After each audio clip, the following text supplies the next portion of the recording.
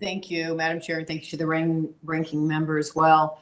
It's been a great discussion, and I couldn't agree more with my colleagues in the need to pass NAHASDA and so many other essential housing bills that we can to support tribal housing. Let me ask a question that hasn't been asked yet around manufactured homes, because I know there's a lot of support in Nevada and really across the country. What I see, a third of new homes on tribal lands are manufactured homes. And Ms. Fish, maybe let me ask you this question. One, why is there that popularity of tribal homes? Are there financing issues associated with these tribal homes? And are there programs, including CDFI funds, that help home buyers finance, a manufactured home? So maybe Ms. Fish, let me start with you. I want to respond and give you an example of the Rosebud Sioux tribe with the manufacturing of homes. So in the 60s, there was a tribal housing program that created transitional housing for the Rosebud Sioux tribal citizens. They were living in downtrodden circumstances and living in shacks and tents, and so they were transitioned into this temporary housing. Then in the late 60s, you had something called Sioux for 100, which built 400 two-bedroom houses that now have 3 to 4 families living in them. In the 70s and 80s, there were approximately 1,200 or 1,160 homes created. And that's the stock of housing that the Rosebud Sioux tribe now uses in their formulated Indian Housing Block Grant.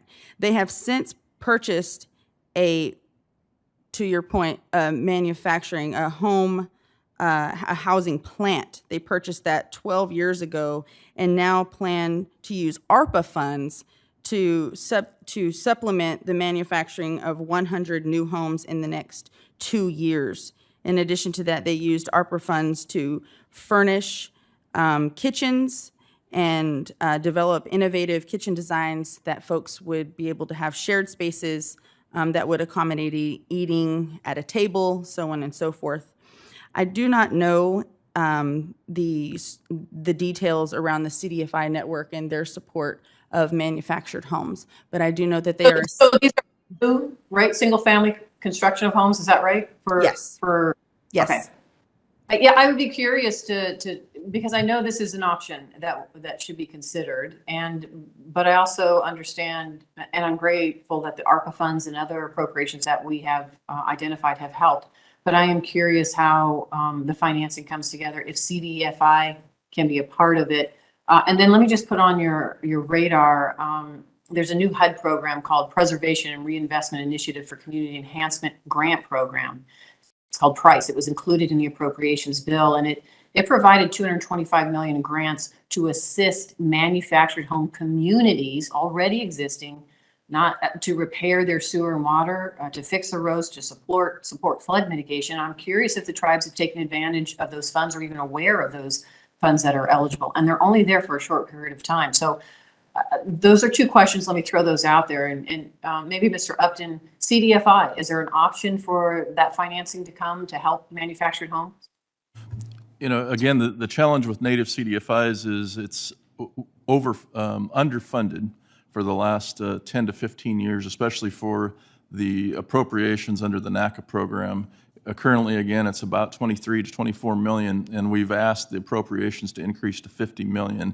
And by being able to leverage private dollars with that, you know, that would make a significant impact. And manufactured housing is not, it's a product that native CDFIs would finance, but 9 times out of 10, before I came on this trip, I reached out to probably 20 to 30 native CDFIs, and the number one challenge was the lack of capital. We don't have the capital. And I know in the HUD, the Section 184, it was, well, they're wanting to make CDFIs lenders. Well, we can't be lenders without the appropriate capital. You know, you're inviting us to a game that we can't play.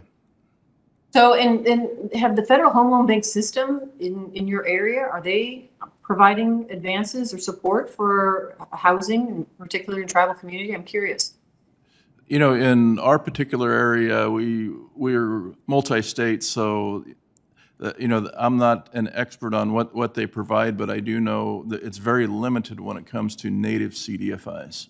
You know, they're Well, yeah, and that's the problem. And listen, we see, and I know my time is running out, and I appreciate it, Madam Chairwoman, but we've seen the benefits through the CARES Act, through American Rescue Plan, through ARPA, where we actually carve out, we focus on set-asides for our tribal communities, and I think it is so important we continue to do so. But we also talk to those other funding opportunities, whether it's the home loan banks, federal home loan banks, that their mission is to be in our communities, looking at affordable housing and housing in general, that they also are focusing on our tribal communities.